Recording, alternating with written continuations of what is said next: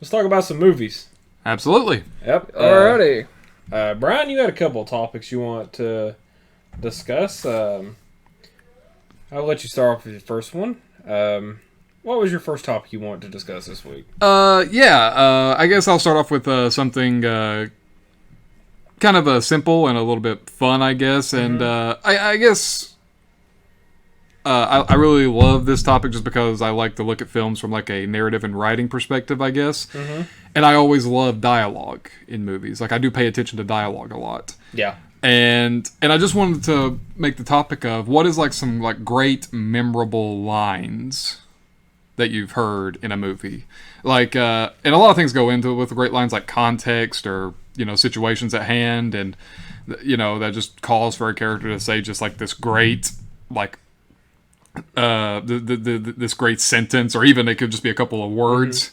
Mm-hmm. And honestly, it does kind of remind me. This topic does kind of remind me of the movie Get Shorty, which is one of my favorite films, and it's a great satire where this actress in the movie is talking about like how good it would be to just have one great line.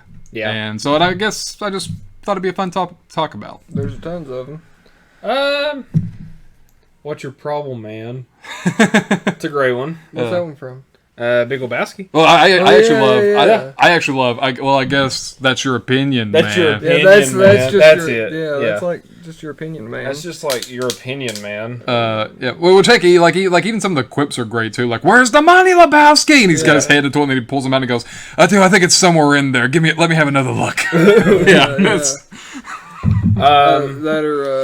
What is it that the big dude says in that movie? He says something like, whenever he pulls that gun out on the bowling guy, "You're entering in a world of pain, son." You're entering a world of pain.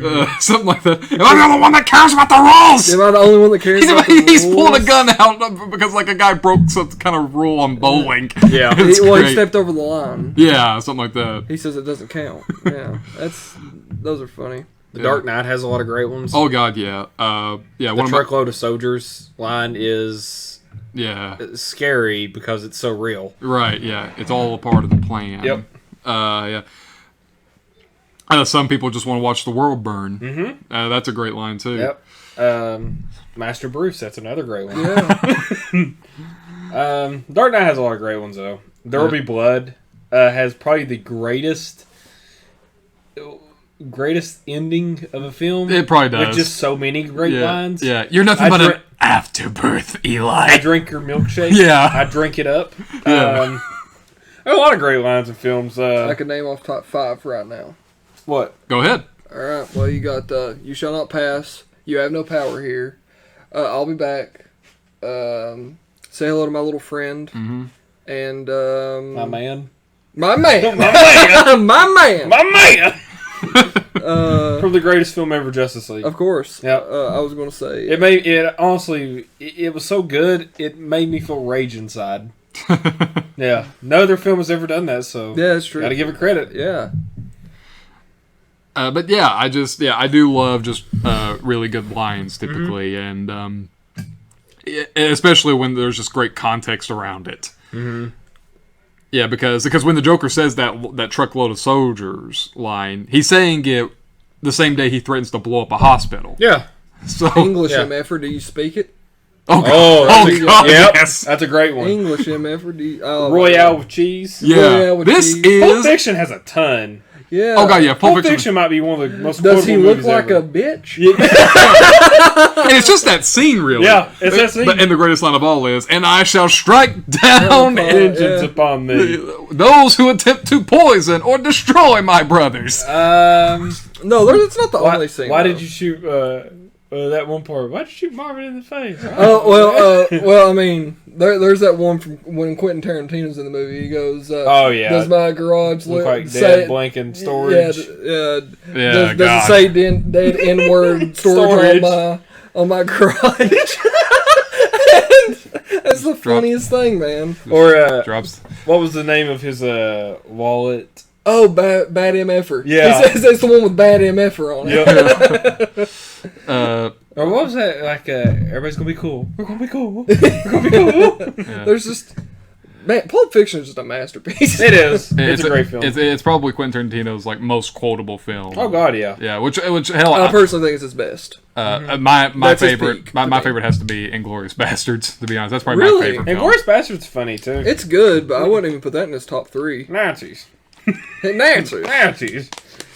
Well, I put it in top 3. I wouldn't put it in his top 3. It's probably my favorite. I put Kill Bill 1 and 2 above it. Really? Yes, I would. The Kill Bill movies are some of my favorites of all time. Still. Okay. I mean, they're great films. Yes, they are. I honestly, I'm not crazy about Volume 2.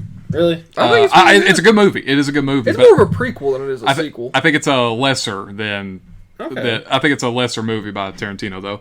But yeah, back on topic. But yeah, I really love great lines. I just and that's really it. That's the first topic. Nice! What was your? I seen that one of your topics was what's your favorite guilty pleasure movies? Yes. Ooh, there's probably a ton to pick Oh, from. goodness. But I'll stick to one. Guilty pleasure movie. All the Friday 13th movies. No, I don't like the Friday the 13th movies. No. A few of them, I would say. Guilty pleasure. Friday, Jason X is Y'all just keep talking. hilarious. I want to think about mine. Jason X is the greatest film ever made. I love Jason X. Yeah, it's because of just how bad it is. It's so bad. It's good, and I love it. I would say though, if that right there would be a guilty pleasure. Witchcraft 13, I guess would be a guilty pleasure if I watched it again. Which I don't even think that's guilty. I just No, think that's not a guilty wait, but pleasure. here- Hey, the movie's perfect. That movie's perfect. Which Any horror movie really is a guilty pleasure. Like I like watching bad horror movies. right. That time we went to, Texas Chainsaw Massacre 3D. Love watching it. It is a horrible movie. Yeah. Horrible. And I guess that's what I was looking for. I wasn't Damn, looking for. I have a good time with it. I wasn't looking for bad movies you watch ironically. I was looking for movies you know are bad, but you still enjoy watching them. Oh. Which I think Texas Chainsaw Massacre 3D would fit in that category. No, because I was hammered. Oh, when I okay. watched Never it. mind. Never mind. So I doubt that one would really count as I actually genuinely like this. Friday 13th then. Okay. I don't have a guilty pleasure movie. I have a guilty pleasure TV show. Oh boy, yeah, go ahead. I love Days of Our Lives. I All do. right. Yeah. That's I'm gonna laugh at you. I know Brian's being That's- too nice here, but I'm that's gonna laugh at your that's ass. the only real I don't really get guilty pleasures, but that is a show that if I'm at work and it's slow, I'm not going to watch it. Why Days of Our Lives though? Why not something I badass just with think like it's violence and blood and Because stuff? I don't get guilty about watching shit like that. Watch something.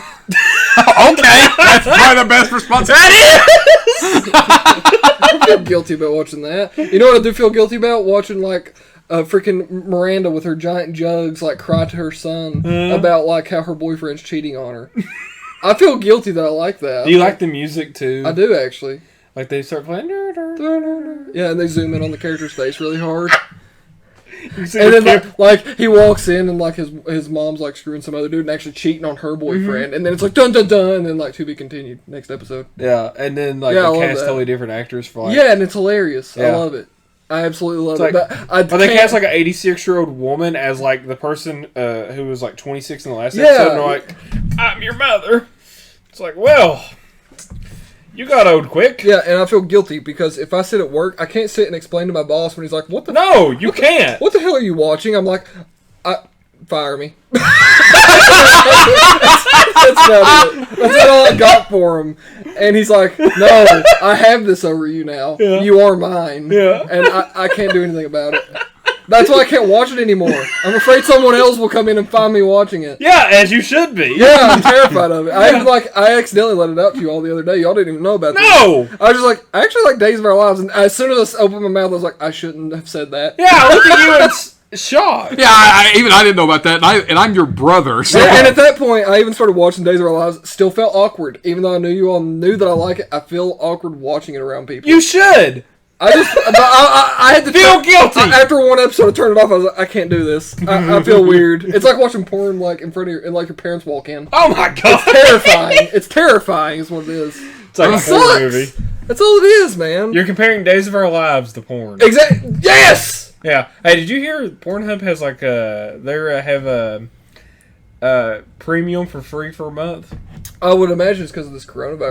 They said stay at home. Is that you, Days of Our Lives? Yes, I could legit if I was. 1 minute, I have to look something up. Okay. How much is the box set of Days of Our Lives? Because it is ending. Sadly, it is ending. Yeah, after. While he's doing that, I guess I'll point out my big guilty How many pleasure. years of Days of Our Lives is? Is this the years. 60s, I think? No, more than 40. Yeah. It's been Is since this- 1965. Jesus Christ. Yeah. I think there's different eras. There are, and the newer ones aren't as good. You sort of watch them to make fun of them, sort of like Witchcraft 13, but the older ones I actually get into. Okay. Good hell. All right, you talk. I would have to talk about, like, so your big guilty pleasure is Friday the 13th. Mm-hmm. Yours Every is Days, one of them. Yours is Days of Our Lives. My biggest guilty pleasure, It's a bit of a jump. I'm going to be honest. This It's only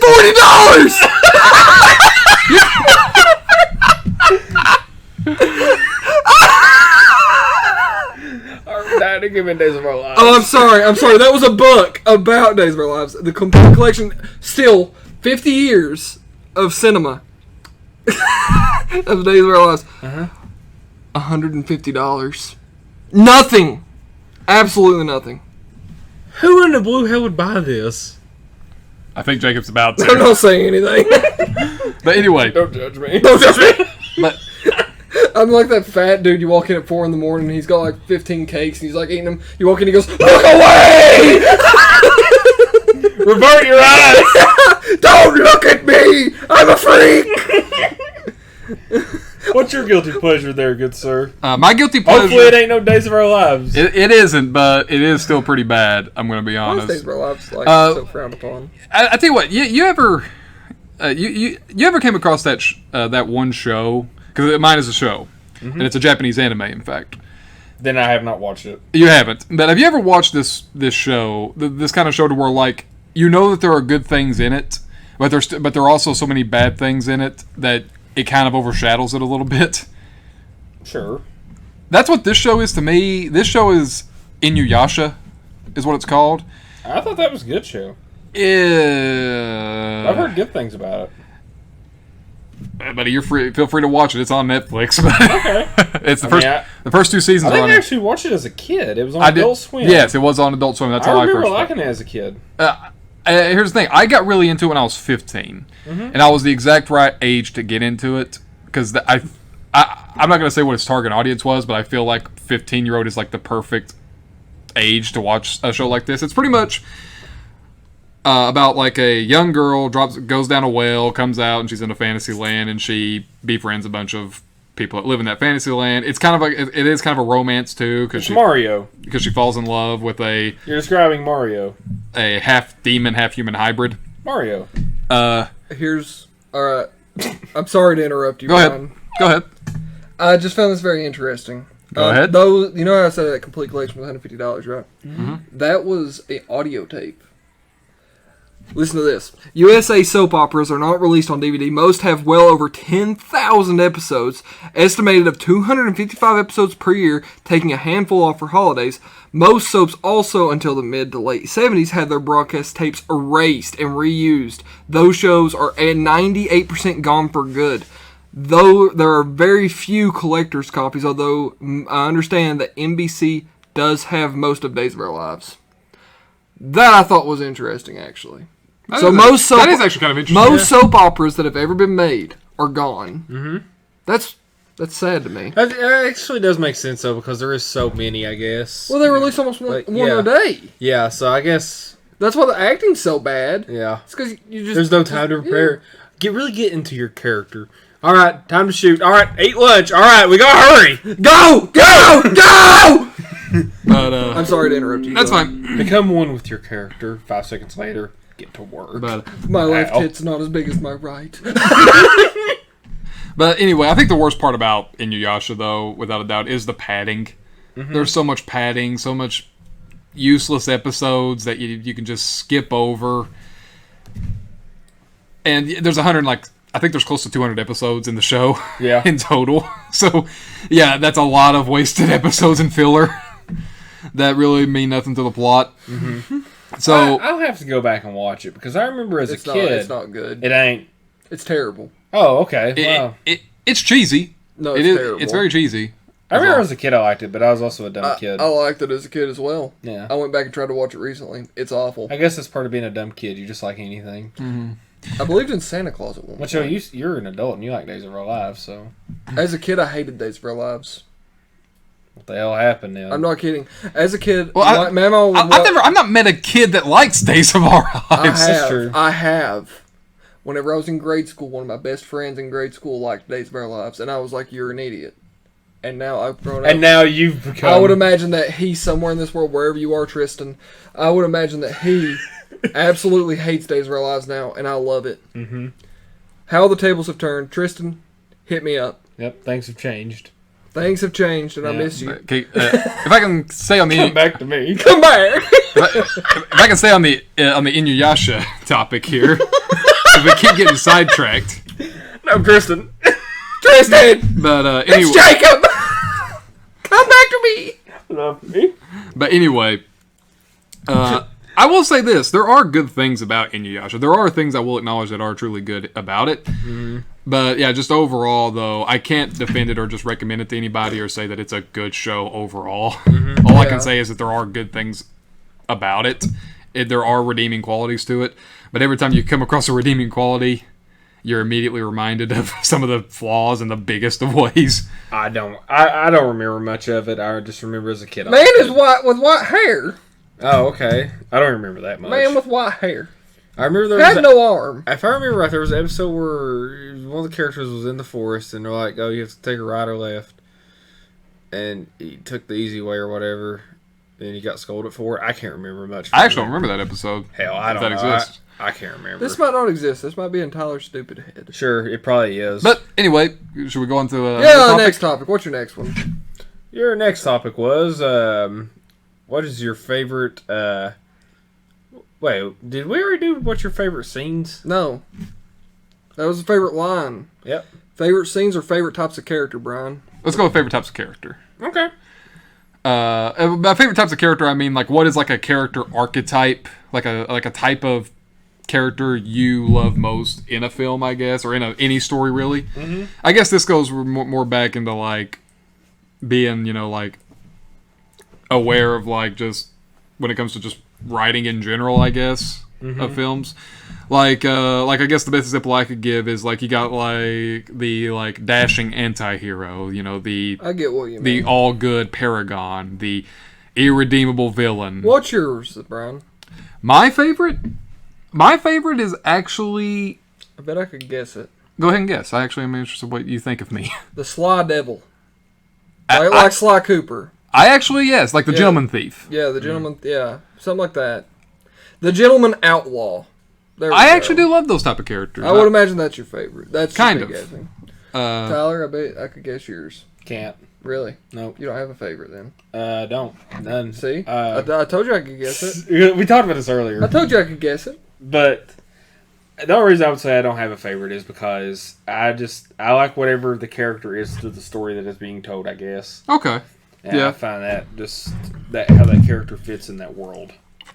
Brian, what makes you like the Dashing Thief since he doesn't have an I ain't got nothing. Yeah, he so doesn't have. just- He sucks. All right, Yeah. Tyler, Brian. Are you the moderator right now? Correct. I think- I've taken over. Yeah, Tristan! Tristan, come back! All right, so Brian, what makes it so interesting to you? Competence.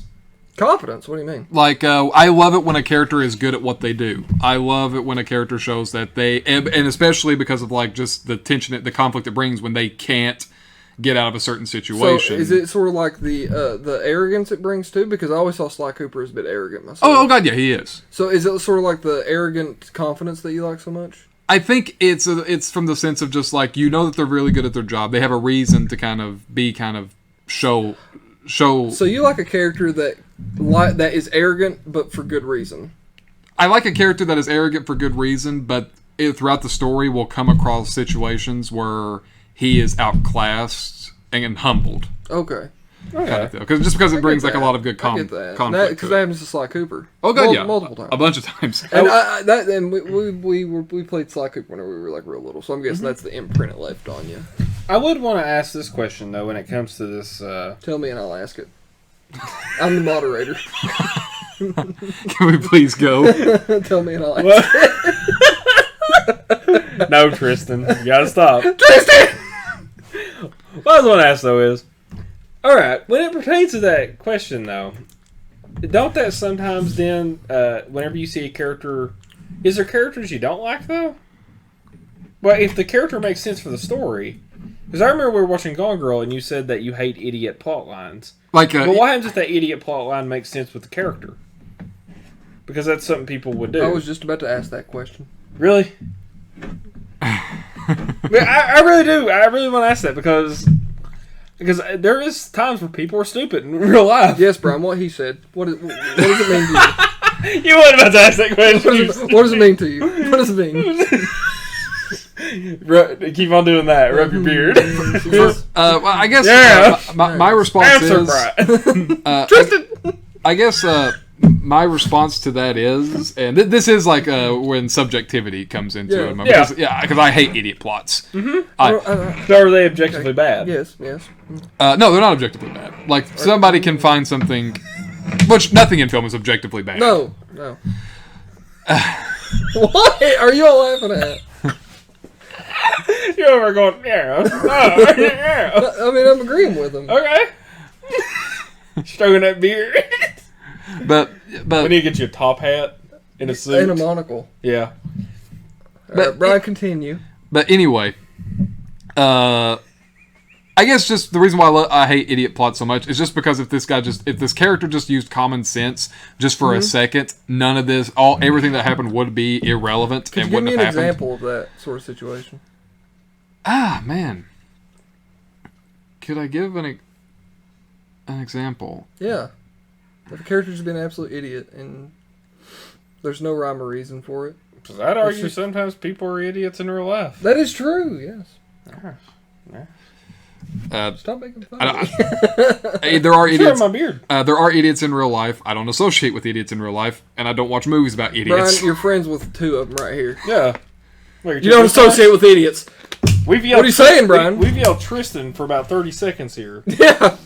At least you guys are a little bit. At least you guys are at least a little bit likable, though. Yeah, that's true, I guess. There's I some am reason. a very likable. What's your favorite type of character there, then, moderator? I should ask myself that question. Okay. Do it.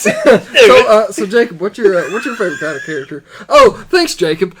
My favorite kind of character is... All right, Arthur. You reminded me of Arthur in front of the TV. Oh, Murray. But for real, my favorite kind of character is a genuine good spirit person that's put into a world of absolute chaos and darkness and sadness that they'll never be able to leave. Mad Max? Mad Max, Not So Lair in Dark Souls, I would even say Frodo in Lord of the Rings. Yeah. Batman? No. Batman's not a truly good-hearted soul. That's true. He's kind of insane. Yeah, he's an absolute mad lad. Robin, though, maybe. Yeah. Depending on which one you're talking about. Well, not Jason Todd. No, Jason Todd's an absolute mad lad. Yeah. Maybe Dick Grayson or Tim Dick Drake. Grayson, Yeah. Tim Drake for sure. Mm-hmm. And yeah, I like those kind of characters just because it's like I'll give you an example. Tyler, you won't get it because, as you said, you don't care about Dark Souls. I don't. But if I can use video game on this movie podcast, I'm going to say in Dark Souls, you're in a world of absolute just bad shit going down. It's awful. Everything sucks. Everyone's dying. The world is dark. And you come across this one man who just smiles the entire time and talks about how he's like, oh, he's friends with everybody. He's a great guy. He's trying to bring light to this dark land. You go all the way through the game, and you get to know this guy, and you get to know his character, Not So Lair, and at the end, he gets mind controlled by a bug, and he attacks you, and you are forced to kill him. There's no way to save him. I don't know, there's something so tragic about that it makes it so interesting to me. It's like, you have this amazing person that is doing so good and trying to do good for everyone that gets himself killed. Mm-hmm. And I like that. He's completely self-giving. Yeah. I love the thought of a person like that. Good person. Yeah. I actually, Yeah. if I can make an observation about you, Tyler, and I'm just going on based on like what kind of like Yeah, what just you. ignore Jacob. Like, he doesn't have an answer, but I think I. Tristan. Tyler doesn't have an answer here. But I'm actually gonna kind of make a guess here. Is the fact that you love character studies? Those seem to be Sure. your favorite kind of movies. Like Well, we talked, I wouldn't say even my favorite kind. Like I like art house movies that have no story.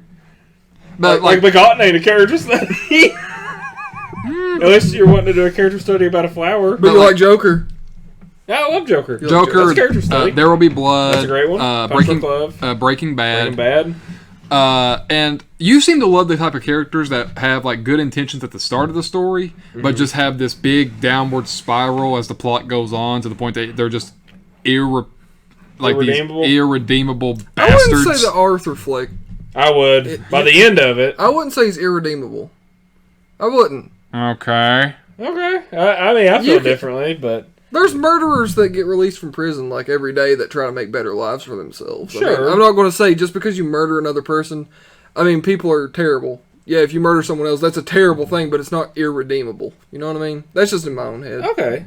Uh, I viewed Arthur as irredeemable by the end of the film. Like, I, And I I, feel like he's come to grips with that by the end of the film too. I don't see him as irredeemable until. I would say yes, he's irredeemable by the end of it. Whenever he He's dancing down the hallway in the blood of an innocent person. Yep. That's irredeemable. Because he killed that lady for no reason. Even at the point where he's like, you know, killed the dude on stage. He's killed Robert De Niro. That's not irredeemable to me. He's like, he's in a terrible place in life, and he's done some awful things, and he needs help still. But whenever it shows that, yeah, he's still willing to continue killing, and he doesn't want help, that's when he's like, yeah, he needs to you just need to put a bullet in his head so that he doesn't cause any more damage. Yeah. But Breaking Bad with Walter White. Yeah, Or- Walter White does irredeemable things. Yeah. yeah. For sure. By the end of it, he... By the end of the third season... Walter White is the worst one of these. Even Daniel Day-Lewis's Daniel from There Will Be Blood is not as bad as Walter White by the end of Breaking Bad. I would say... Walter White's a monster. I'm trying to think of like when he actually crosses the threshold of irredeemable. I would say it's... Whenever I would say... I would not say it's in the first two seasons. I would say the end of the fourth season. By the end of the fourth season? Yes, whenever he's killed Gus Fring and he's trying to take over now. That is where he's like gone. Doesn't he poison a kid in season 3? That's season 4. Season 4? I'm fairly sure that Gus Fring, isn't that season 4? I think Gus starts in season 3 because season 2 is whenever Jesse is brought into the Jesse and his girlfriend. Yeah. That happens in season 2. Let's see. And right after that, Gus is brought into season 3. You might be right, actually. Yeah. He kills a kid, I think, before he even kills Gus. No, he doesn't kill a kid. He never does kill a child. He Poisons him. He poisons him, but he even tells Jesse. And again, you can't really trust. I don't really know what you can't trust I Walter can't believe White. Walter. Yeah, exactly. That's what I'm saying. Yeah. You can't really trust him. But if you take him at his word, he says he poisoned the exact amount that it would not kill him. I believe him at that point, personally. No, I think he's horseshitting. Well, the fact that he's still willing to take the chance with a child Oh, is bad definitely. enough. But- Yeah. That's irredeemable right there, taking Yeah. a chance with a kid. Yes, yeah, that is definitely. But I guess you got a point there. But I guess of characters, even like in a lighthearted film, I want to see the character fit the tone of the film that is currently present, or like a dark film, the character fit the tone of whatever the film is. Yeah. in question. So, I guess my favorite types of characters are just the ones that fit into the. Why are you rubbing me? just making sure you know. Oh, You okay. got the right answer. Tristan. Tristan. My favorite kind of characters though are the ones that fit the story. Okay. yeah. Yeah. No. All right. What's your topic, Sarah? Why do we go? Okay. You know what? I have an interesting one. Okay. First, I'm wanting to ask you all a question. What simple question? What do y'all think of modern day parody movies? They're horrible. Yeah, they're typically bad. Do you Yeah. think? Can you think of any one parody movie out of the modern day in the past 5 years that's come out that you're like, yeah, that was funny. I could watch that again. I've lost interest in all parody I really movies. can't be honest in with modern you. parody movies. I Over haven't the kept last up. I haven't kept 20 years, maybe I like the scary movies. Yes, But they're pretty funny. But over the last 5, hell no.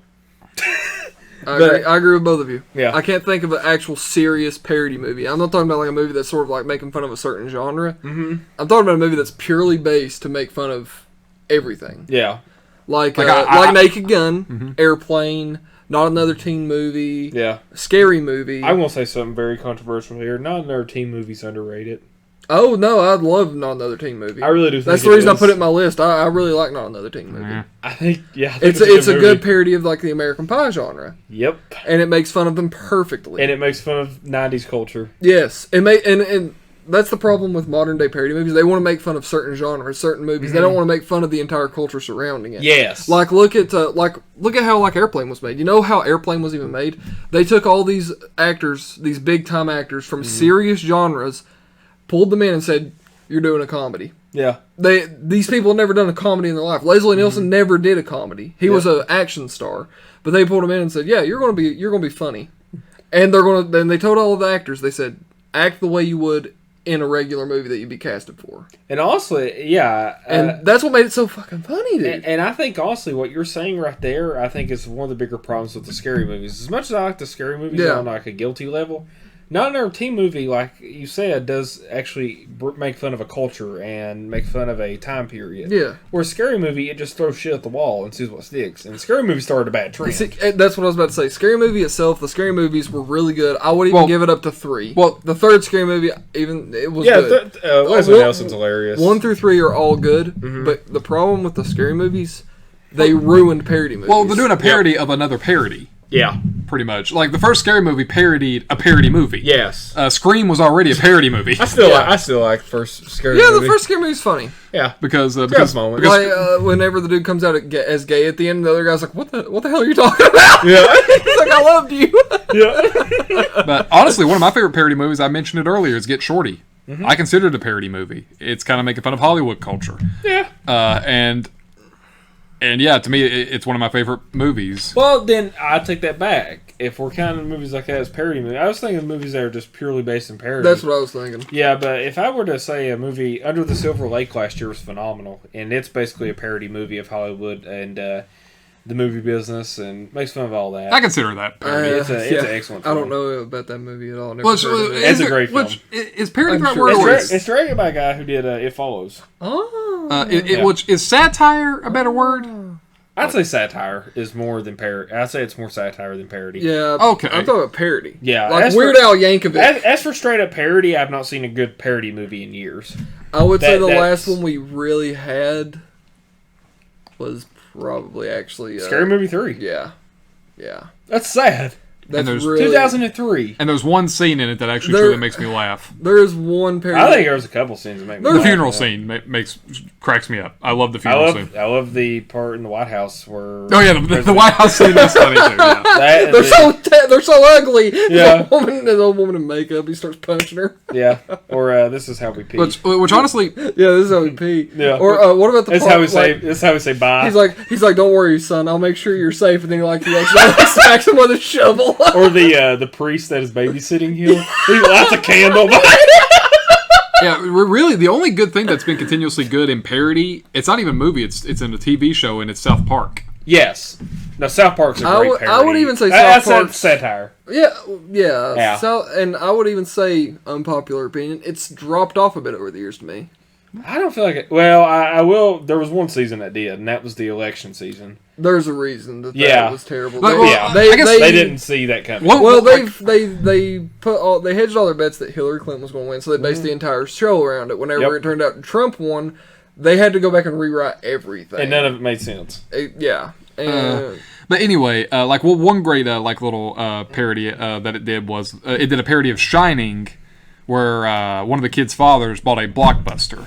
Oh yeah, I do love that. yeah, I one. remember that episode. Yeah, that one's great. So I guess that's what I think of when I think of South Park when it comes to parody. Yeah. To where it makes something both culturally and will bring and will, call back to a popular film at the same time. Yeah. Yeah. That's parody, and it is an excellent episode. I have another good question for you all. Okay, go What ahead. you got?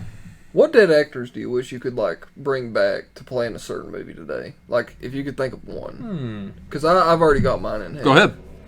I would bring back Chris Farley to play in. What's that damn movie? Damn it! What movie was it? I had it in my head.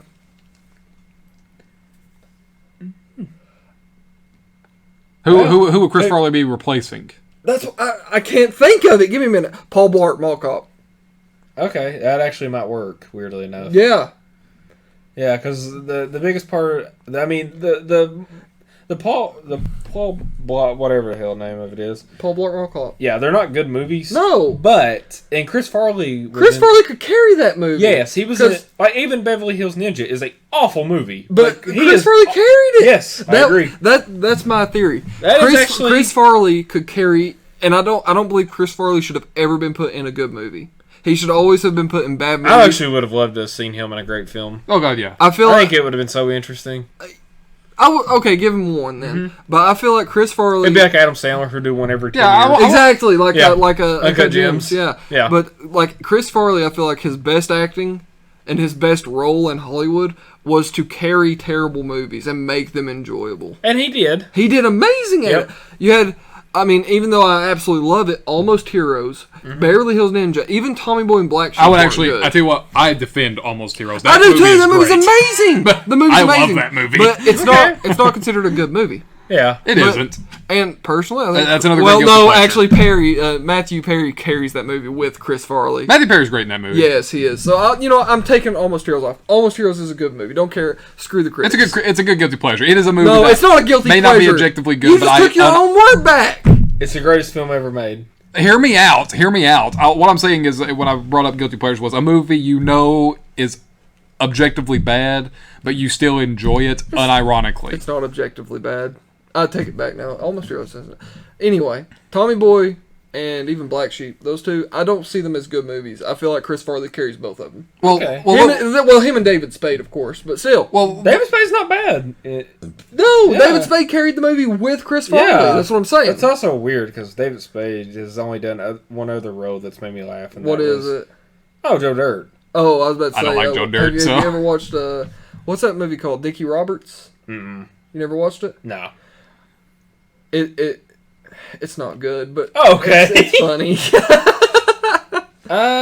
But yeah, what about you all? Dead Oh. actors you can bring back to play roles. I already got mine. go ahead. I actually have another one too. Go ahead. Heath Ledger is Jack the Ripper.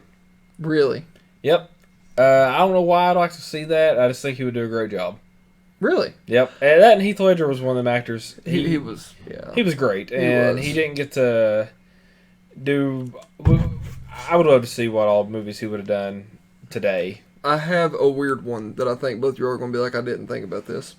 Robin Williams to play Joaquin Phoenix's Joker. Ooh, that would have been a good one.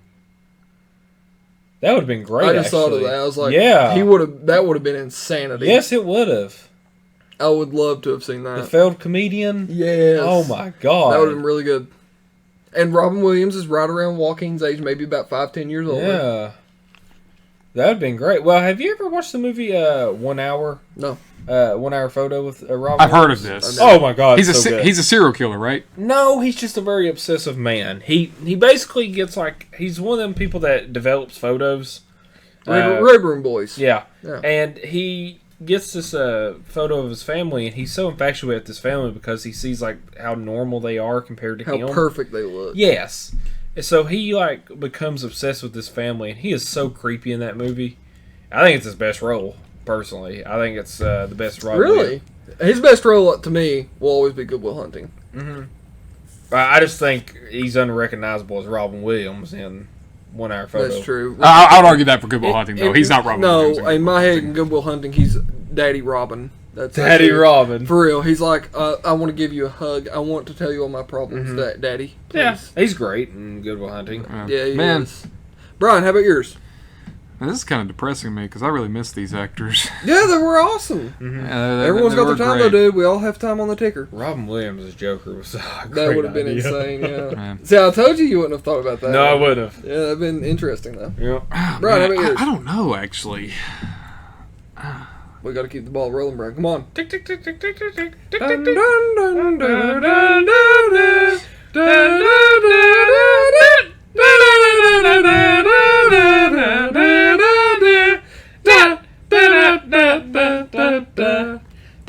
Shut up! That's enough! I don't have one. I honestly God don't. All right, next topic. Alrighty! Final one for me, anyway. Alright. Book to movie compared to game to film. Okay, this was the question I really liked that you had this week. See, what you're asking is, what's the difference between books and film compared to video game adaptations to movies? Yes. That's a... I could give my answer, my Go thoughts ahead. on it. Go ahead. A video game story is developed differently to a book story, and even a movie story. A video game story is sort of original. It's designed to be interactive with the person that's going through it. It's supposed to relate to the person that's actually going through it. It's not supposed to spread to a wider audience. It's supposed to be directed to one person at a time. That's my theory on why it doesn't work when adapting it to movies. That's why whenever the only movie that from video game to movie that I can think of that was done even halfway well was Warcraft, because that's an MMO. It's Silent Hill. It's supposed to be spread to multiple. Silent Hill, yeah, you could say Silent Hill. It's sort of designed to be spread to multiple people, where it's like supposed to be a story told to the wider audiences, not just to one single person at a time. And with the game, it's so personal. Yeah. Yeah. Yeah, it's much more interactive, Like- it's much more close. Whenever I play Spider-Man PS4, it's much different. It feels than- like you're actually playing Spider-Man. Right? Yeah, sure it does. It's like It really makes you feel like Spider-Man. that's right. Yeah. You were saying? Yeah, but I guess what I do in Spider-Man PS4 is totally different than what someone else would do in Spider-Man PS4. Yeah. And it's like my playthrough, not anybody else's. Right. So, yeah, that's, I guess, the difference between games and films. But I will say, though, I think the biggest reason they fail is just because you hand them to directors who had no idea what the hell they're doing. That's true. Like, you look at a lot of video game adaptations, they're not handed to talented directors. Even look at you can even see a perfect example of handing a source material that is actually truly good, that's popular and could be really, really good movie, to a director that has no idea and has no connection with the story at all. With Avatar: The Last Airbender to M. Night, Oh, yeah, he had no idea what the hell he's doing. and he didn't care. Yeah. It was a paycheck. I would say Uwe Boll has done this a lot whenever it comes to like Uwe Far Boll Cry. made one of the greatest movies ever, though. Which one? Postal. I actually don't hate that movie. I love that movie, dude. Yeah, It's fun. I actually think it's all right. I feel like that'd be a really good parody movie. Speaking of it, Yeah, kinda. yeah, Yeah. it's a parody video game, Yeah, I'd say it's that's a video The game, movie's too? a parody of American culture. and that's a video game to movie. Yeah, That's probably actually one of the better ones. that's probably Uwe Boll's only good film. But Good job, Uwe Boll. yeah, when it comes to games, I just think a lot of it has to do with these directors they get. Sometimes they also could do a studio intervention, or studios not really understanding the games, or just a lot of different aspects. But Yeah, like something with like Assassin's Creed. oh boy, that, Like there was way too many good people attached to attached this to movie. that film, a great director who's made great films. You had great actors. You had a great score, great cinematographer, the guy who done True Detective Season 1. And yet, you screwed up that horribly. And sure, the writing is bad in the film, but that's not the only issues. There's other issues. So, sometimes it's studio. Yeah, like there's no way it couldn't have been. Like, yeah, it should have because worked. It should have worked. Yeah. So I think some of it, but I do agree with your point that it is hard to duplicate the experience of a game when it comes to a film. Unlike the books, with a book you can still duplicate that experience with the viewer. So I would still say it's hard with the book, but not as hard. not as hard as a game, because a game is so It's so just personal. interactive. Yep. Well, what do I do? Any? I have one more question, and I'll give the rope over to Tyler. Okay. What video game would you like to see converted into a movie that you think would actually be good? I've always said, look, there's already a Silent Hill movie. Yeah. So, but Silent Hill is such a great anthology idea. Mm-hmm. Like you can make so many great anthology stories. It could be something akin to like Black Mirror, Yeah. or something. Yeah, or Yeah. VHS. Yeah. To where like I would honestly, this would be a great idea with Silent Hill. Have 6 different directors come in, direct their own version of what they feel like Silent Hill is, and just do it that way. Make it really cheap, and there you go. Yeah. There's your movie anthology. All right, Brian. How about you? Dun, dun. I would actually, even though I think they tried to do this, but I think it fell through. I think last time I looked into The it. Berenstain Bears. No. I would like to see. We mentioned it earlier. I would like to see a Sly Cooper cartoon. Yeah, that'd be awesome. They were supposed to make that, but it never happened. Yeah. Production hell, so that'll never happen. All right, Tyler. I guess I'm handing the rope over to you. Have fun. All right. I'm no longer the moderator. What games will y'all be playing during quarantine? So, guys, what games would y'all be playing during quarantine? Hey, Brian got to ask his questions. I asked mine. Yeah. All right. I'll start with Jake, seeing you're the gamer. I am the quintessential gamer. Casey. I'm quintessential, Bubba. Yeah. I've been playing a lot of Metal Gear Solid 5 lately. Mhm. Forgot how great that game was and that series is. It's turned into one of my favorite series of video games ever. I'm playing that, Mountain Blade, and I'm waiting for Bannerlord to come out, which comes out on the 31st this Tuesday, so I'm waiting on that. That'll be what I'll be playing. Hopefully I'll be able to just Do nothing and play that game. lock myself in my room and forget everything, quit my job, Forget the miss out world some exists. payments, have my house taken from me. Stuff like that, you know. Fun Yeah. stuff. Sounds great. All right, Brian, how about you? Me, I'll be honest. Let's still talk about Sly Cooper. I might replay the Sly Cooper games. All right. I figured I would have predicted Vampire Masquerade or something. I can guess Tyler's. You already know mine. I told you earlier. I forgot. You're good. No, you didn't. You're a good horsey. I was going to guess Silent Hill, but Red Dead Redemption 2. Red Dead Redemption 2. I don't know why. Still haven't played that game. I got to get around to playing it. There's a lot of It's incest awesome. in it, and it's cool. Oh, yeah, there's one side mission where, like, you come across these two ancestral people. Oh, great. And, They're nice. And they're like... Until they take all your money. Yeah, get you drunk. My favorite part is when Arthur realizes they're both brother and sister, and he has that dead look he's on like, his face. "What He's the-" like, what the hell? Jesus needs to smite these people. Hey, people! But I guess I've been playing a lot of Red Dead because whenever you're busy, you don't really have time to play Red Dead much, and there is so much in that game. Literally so much. It's the quintessential game. It really is. Like, you come across stuff every 5 Another seconds. game I might If play I is can- Spider-Man PS4. Spider-Man PS4 is awesome. I can recommend. I had no life if you're whenever all I played iffy, that game. If you're all iffy on like Legend of Zelda: Breath of the Wild or Red Dead I already Redemption have it. 2, if you're all iffy on those, like, or anybody listening, go watch Doug's review of both of them compared with food. He does an amazing analogy. Awesome guy. Mm-hmm. Brian, I would recommend you watch the video as well. It actually Okay. is a very good analogy. It is though. Yeah. But Red Dead 2 has become, I guess, my game to go to. Just it's so much fun. I actually might get a hold And of I that actually game. have been playing it honorably, which is not what I usually do. Usually I go around as a mass murdering maniac cowboy. But I actually been doing honorable this time because the first time I played it, I didn't realize that your honor meter affected how people viewed you in the story. So everybody thought I was an asshole, and I was like, why does everybody always view Arthur as an asshole? And it's like, oh yeah, because Because you go murder people, throw them on train tracks. because I've been tying good women to train tracks. You see, that Metal Gear Solid game, it's turned more into like a watching quiet simulator. The game, yeah, just whenever you get her, she's like just legit a beautiful woman. And the actress that plays her, congratulations to you. You are very pretty. I'd like to know who you are. Tell me your name. Tell me your name. What's your phone number? God. No, for real though. I actually, just a fun fact about Quiet in the video game. Hideo Kojima wanted to make a character that was sexy and that cosplayers would want to cosplay as, so that they would like bring more attention to the game.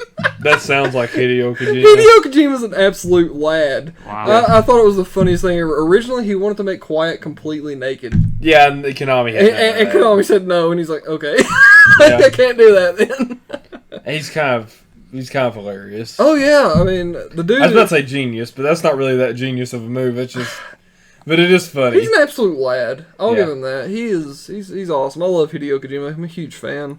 Spider-Man PS4 might be your pick though. Either Sly Cooper or play a PS4. Either one of those. I can't wait for Spider-Man PS5. Dun dun dun. What movies will you catch up on during quarantining? None. None? Probably The Irishman. Yeah, that's a good one. I gotta watch The Irishman. It is awesome. I don't have any movies to catch up on. I've been watching the hell out of Lord of the Rings, so I guess that Yeah. Lord of the Rings. That's my guess. I haven't seen Return of the King, so I should probably I'll take check Lord that of the one out. Rings for $2,500. I'd probably catch up on not really a movie, but the show made by Nicholas Winding Refn. I didn't get to catch it last year. That's a weird name. The guy who did Only God Forgives and Neon Demon Never watched either of them. Drive. Never watched it. Oh, okay. Dead Bronson. Never watched it. Well, okay then. But I'd probably get caught up on his Oh, TV yeah. shows. So you have nothing? I said Lord of the Rings. You've already watched Lord of the Rings. Yeah, but I'm watching it again. Just to get caught up on it? Just to watch it. Okay. It's my favorite movie. I guess if there was a film I'd It's wanna the best movie. I will It's say the this. best I'll probably movie. finish. I'll also probably try to finish Daredevil season You 3. should try and finish Lord of the Rings. It's Actually, great. Brian is going to finish Lord of the Rings with us. Oh, yeah. Yeah. Yep. He's wanting to watch Return of the King. I haven't seen Return of the King He's yet. never watched it. It is a And- shitty movie. Sir, I'm about to challenge you to fisticuffs. It's a terrible movie. I'm going to challenge you to fisticuffs. Let me get my 2 white gloves, take one off, and smack you. So. Yeah, so bad it's a 7 out of 10. That's what I love when people like on IGN. Like IGN gives something 7 out of 10. All these like angry nerds go. Me. They're like, "What? You saying you didn't like it? Literally it says 7 out of 10. Good." And they're like, "Huh, it's a masterpiece." I didn't like it. Us neckbeards just like start rolling around in our like Cheeto flavored chairs and flipping our lids with our Monster With your Energy, Code Red Mountain Dews. Code Red Mountain Dew, Cocoa Puffs, and Monster Energy light, sugar free. Oh, sugar free. Why sugar free? Go all the way. Because we're diabetic. Right, Jesus Christ, man! Well, what the hell? Genius. So yeah, we start doing all Terrible. this and screeching for our mommies to bring us chicken tendies. Bring me chicken, mommy. Bring me my chicken tenders. Gollum up in here. That's my last topic, and this one I think is very interesting. With all this quarantine going, what the hell's going to happen in movie theaters? You're wrong. It wasn't interesting. Oh, okay.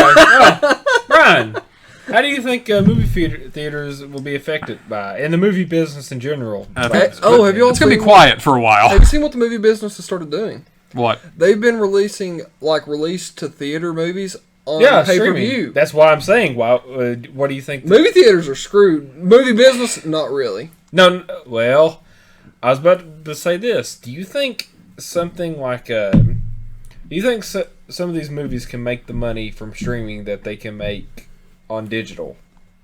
No. So these budgets for these films won't be as big. Now, I'm not complaining because I get sick and tired of these $250 million budget films. Yeah. But it is a question that needs to be asked. I mean, I'll be what honest. the hell is going to happen with some of these studios? If the studios fall like Blumhouse and A24 are going to be fine. They'll actually be jumping up and down in joy because most of their movies get sent to streaming anyways. I'm going to be just a terrible human being. Well, not even terrible. I don't care about these billionaires that make all this money. Yeah. I don't care about them. Like Marvel. If Marvel falls through, you know who's going to give a shit? Not me. That's true. Because who cares? Another one will jump up to fill the power vacuum. Maybe even multiple. Maybe we'll get multiple good movies. Mm-hmm. If Marvel could go out of business, we have 5 people jump up and take Marvel's place and make good movies instead of what Marvel will continue to pump out, which is just like manufactured gratitude. Mm-hmm. I will say, okay, yeah, I'm cool with this. I would love that. Because the only thing I don't like about I think it's this- good for the music. I think that this coronavirus stuff is good for the movie industry. The only thing I don't like about this, Creatively. honestly, is because there is something to be said about a theater experience. Like whenever we went to go see Joker in the theaters. Yeah. Like that is something that you cannot replicate on DVD. It's a great film, but at the same time, going to see it in theaters, there's something We watched special it, about 5 times in theaters? Yeah. Yeah. And there's something special about seeing something in a theater, like Blade Runner, for instance. I never watched it in theaters. Well, it's a movie made for the big screen. Like Dunkirk, for instance. I saw it on IMAX. And I remember... Oh, else. Huh? Tristan. Oh, else. But I saw Dunkirk on IMAX, and like there's no... Whenever you see it on DVD, it's like, okay, there's no replicating that. I can't really go to movie theaters anymore just because of the fact that I get headaches too badly. Sitting in a dark room looking at a big, bright screen. Don't be such a wuss. Suck it up. Suck it up, Buttercup. So I don't This really is the go to Marine theaters Corps. anymore, but there is something to be said about the theater experience, and people's livelihoods depend on these Yeah, theaters. I mean, here, I do feel sorry. And it does suck that these movie theaters are going. And even if you talked about if Marvel going down, I mean, it's not just like the billionaires over Marvel that are going to impact. Like here's the biggest problem, because a lot of the indie movies, they rely on these big blockbusters working out, because that's what keeps theaters open. Yeah. You think Hereditary's keeping Riverfield Theater in our Yeah, town and open? it's Hell not, no. and it's not even just movies. Like think about all the crew members and all like all the people that are doing like the behind the scenes work and Yep. Like, I mean, they're not The making CGI, billions. the CGI artists are making nothing. So what you Yeah. are saying is you're Like, they're not millionaires. They're not billionaires. yeah, So, here's the thing I have to say to that. If these big companies split up and this power vacuum leaves 5 more companies able to come in, they're going to swoop up those people that have that job from That's the true. one company, as well as giving multiple other people jobs. maybe, but well, I mean, if they're working on something as big as Marvel, yeah, If you got 5 companies making even like a more small time movie than Marvel, they're they'll come and get the yeah, they'll because they have talented CGI artists at Marvel. So an indie movie that would need CGI, they'd be like, oh yeah, get him. yeah, That guy's good. yeah. So yeah, that makes sense. Yep. Um. So what's next? I guess we're on. That's our mating call, guys. Yep. I guess we're on to 3 movies. Who wants to go first? Tombstone. Tombstone. Yeah, let's talk about Tombstone. Yep. Fun movie. So, I'm gonna ask you go first. Brian, what do you think of Tombstone? I enjoy it. Oh, you didn't Yeah. ask me first, you piece of shit. Oh, give me a minute. What's your rating of Tombstone from 1 to 40? 1 to 40? What the fuck? Correct. A 30. 30 out of 40. Okay. What's the reasoning for that? It's just the fact that, like, I've seen it once, and I've never had, like, just the need to go back and see it again. But I will say this: I do occasionally just pull up YouTube and we'll watch the scene of The clips from it. Yeah. the one particular clip is when they're teaching him how to shoot. Yeah. That's a good one. That is a great. And we're not. And when we say Tombstone, we mean the Tombstone. Toon. Yeah, Tombstone, which is an independently Cartoon made parody, yeah. cartoon movie about a western. Made by our favorite YouTubers. Yep. And The good people. yeah, it's the Hank and Jed. Is that Hank and Jed. Is that the yeah. company? Is that like the It's name not under like the people- production? It's not. No, Hank and Jed isn't the ones over it. I think Brent Triplett. It's a Brent Triplett movie. Yeah, it's Brit. But he is a part of Hank and Jed, so I don't know how that works. Everybody a part of Hank and Jed. Did Yeah. I just don't know It's if a that- Hank and Jed movie. Go watch Hank and Jed videos. But I really enjoy it. I think Tyler, I think you enjoyed this movie too. Yeah, actually, No, did. hey, Tyler, what did you think of Tombstone? It sucks. What would you give it out of a rating between 1 and 69? Probably. God, why did you have to say 69? That's where the memes are. You want me to say 69?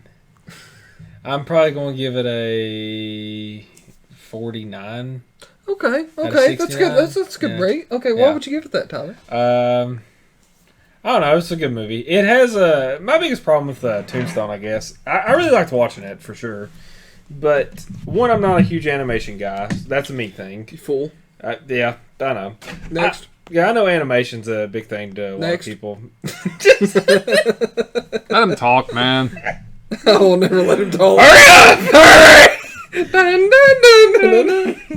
Sorry, go ahead. But Not to you. the animation was good, I guess, but the cinematography with the animation was bland and boring, and it was reverse shot. Just the same cinematography you see in a lot of films.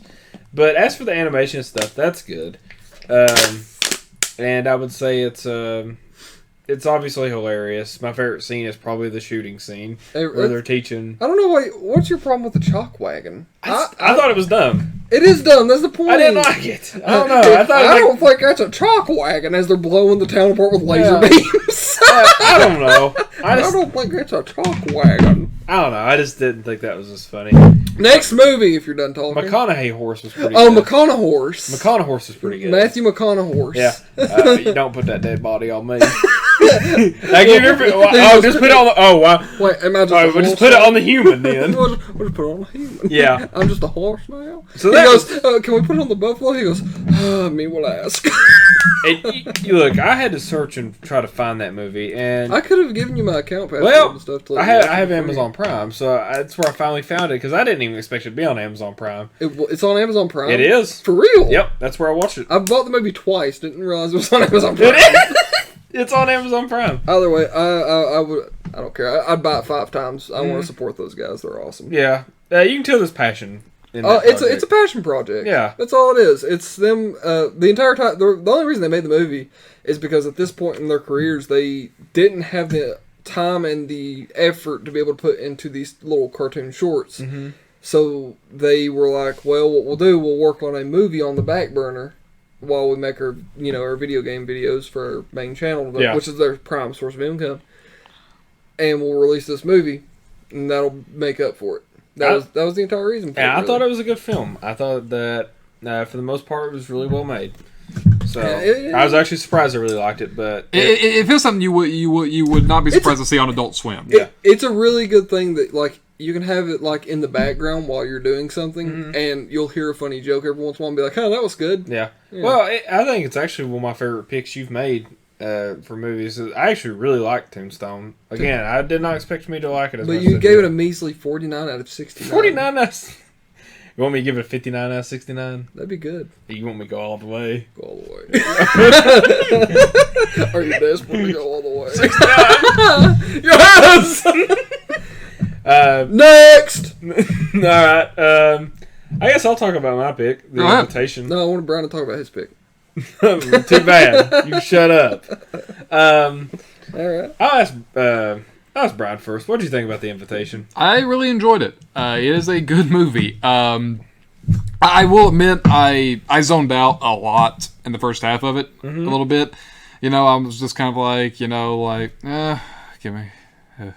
I'm getting bored. Why does Tyler pick all these stupid talkie movies? But Talkie talk. it really didn't get. I really didn't start getting really drawn into it until they started playing quote unquote games. Yeah, and that's where things kind of got. Seems really weird. I've always wanted to kiss her. Yeah. Oh, here's this girl dead in Porkagee. Yes.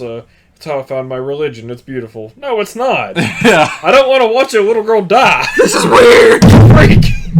Weirdo. But I think the best part of the movie, I think of what I told you, is the build-up to it. It's like to where it starts out with like these very small, like just little uncomfortable situations, and they just escalate till the last 20 minutes, where it just loses its mind. Yeah. I guess the thing I love so much about the film, whenever I first saw it, was I had no idea what the hell this movie was. I just saw it on Netflix. I saw it had a cool cover, and you really see good covers on films anymore. And I was thinking, oh, that looks awesome. I'll check that out.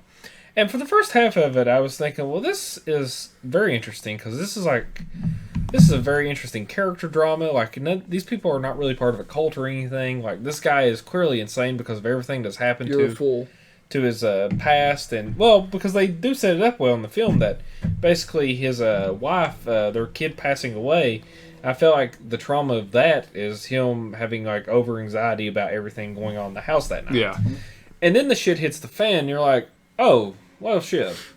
Everything has went sideways. Yeah. And it's like, oh, dear Lord, Jeffrey, this has gone mad. But I absolutely love The Invitation. I think it's a phenomenal film. I think it's actually kind of unique because most films, they tell you what genre they are within the first 10 minutes. And what The Invitation does is it sets up a genre and then completely shifts that genre into another genre for the next hour. And then finally becomes its own genre at the end. I think it's an awesome movie.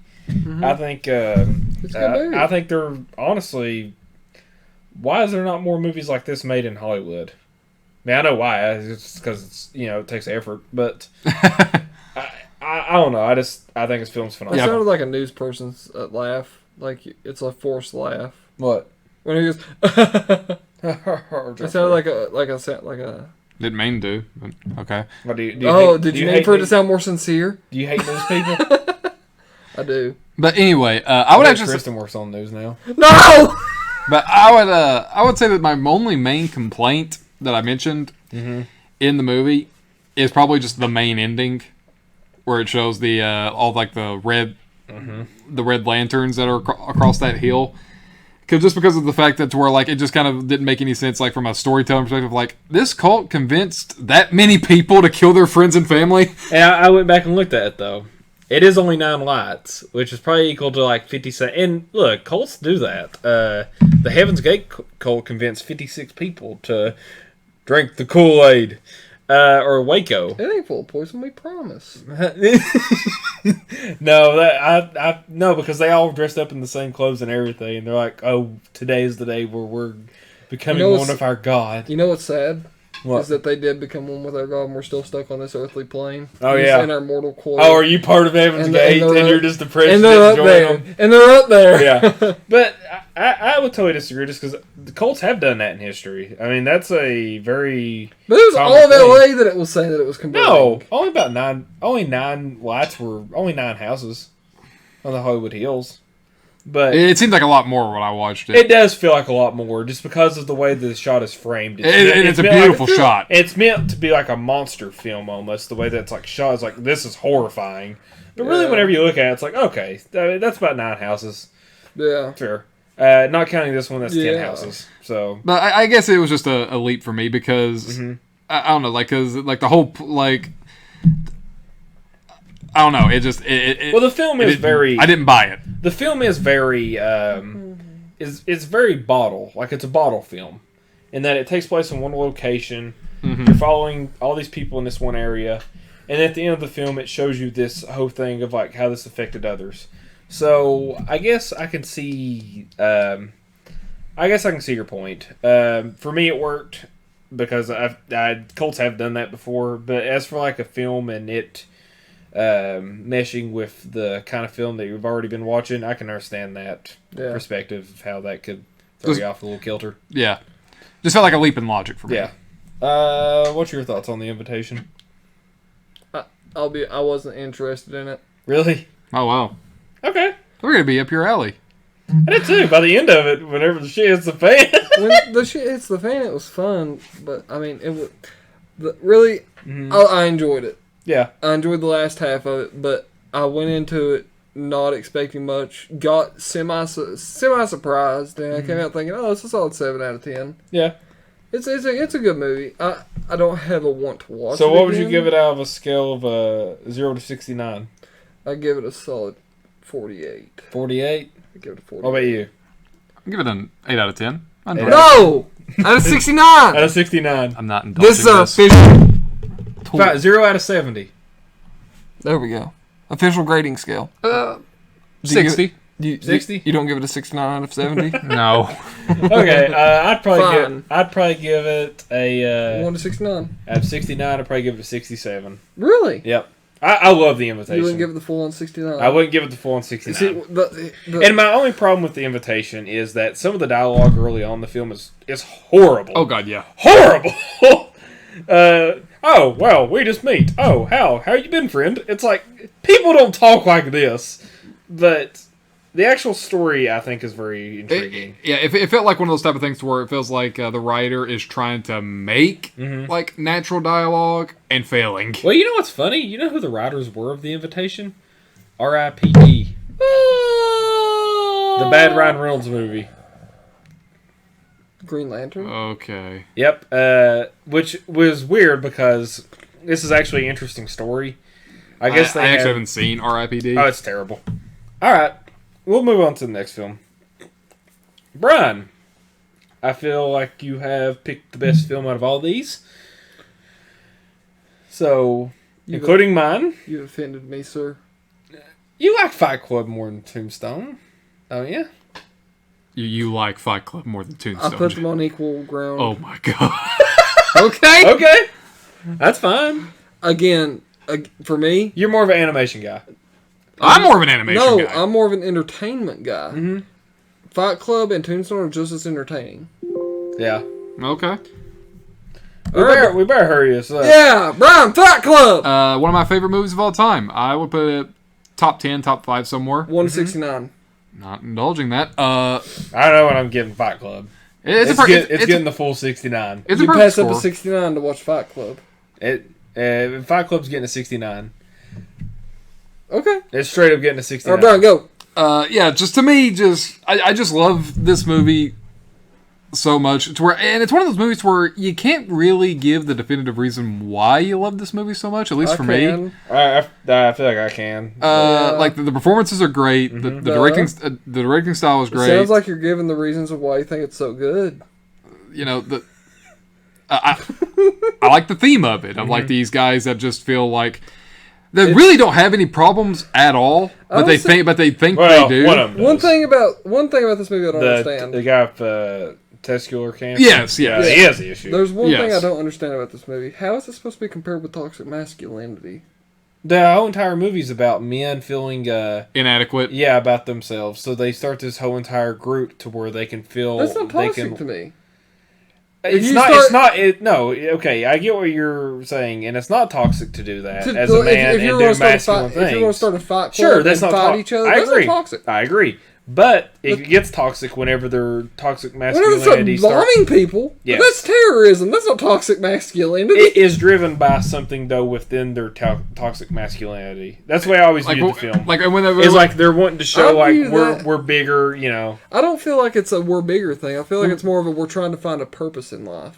Oh yeah, that's that too. but that can also be like in toxic masculinity. Yeah, know. just like it can be in toxic femininity. Yes. I think I'm not both getting. are I'm not the getting. same. I'm not getting into like politics or anything, but I don't see toxic masculinity as an existent thing. Okay. That's just me. I don't see such a thing. So But you I don't think it like exists. walking up to a guy and just bashing him over the head with your fist just because you want to try to prove your manhood is not a toxic masculine thing? That's not toxic No. masculinity? I never viewed the No. fighting as toxic No, masculinity. that's not toxic masculinity. That's Yeah. being a No, I'm dick. not. Toxic masculinity That's and being not- a dick that's- go hand in hand. What Jake. is, what, That is is- what is toxic masculinity to you?